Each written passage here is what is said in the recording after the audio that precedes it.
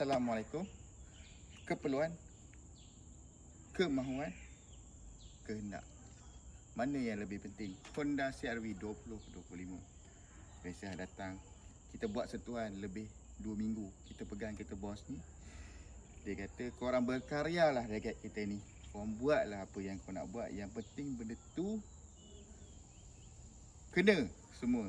So kita berkarya, kita buat mana yang betul-betul perlu, mana yang betul-betul penting, mana yang memang dia akan guna. Okey, kita contohkan macam hitam-hitam ni. Bos ni dia tak suka benda yang kusam-kusam. Dia nak cantik je. Dia nak kereta dia nampak sentiasa kemas je. So kita kemaskan dia. Asal ni hitam matte, kita kilatkan dia. Kalau biasa tengok CR-V 2025 spek ni, dia kilat, dia matte. So kita kilatkan dia. Lepas tu kita buat PPF. Boleh tengok video yang saya pin ni, saya letak PPF.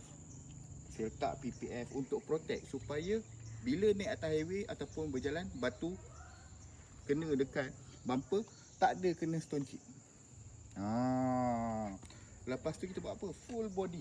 Kita letak ceramic coating untuk protect warna dia. Untuk bila habuk-habuk melekat tu, dia senang untuk keluar. Lepas tu brake system lah. Brake system macam biasalah kita upgrade sebab bos ni suka tekan laju. Bila dia suka laju, dia perlukan brake yang selamat.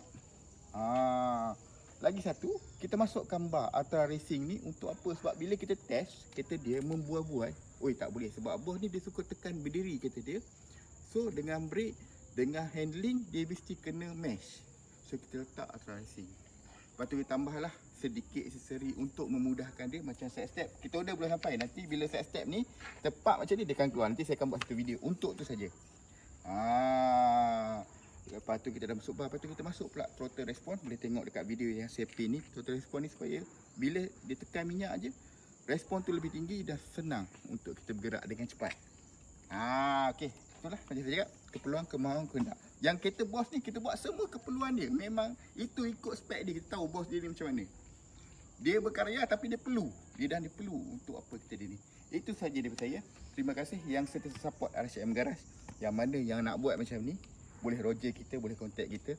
Dan saya perlukan sedikit masa lah. Macam biasalah, bila kita nak buat sentuhan, kita nak pecah otak ni, kita perlukan masa untuk nak buat satu persatu, untuk secara detail. Itu saja daripada saya. Assalamualaikum. Bye-bye.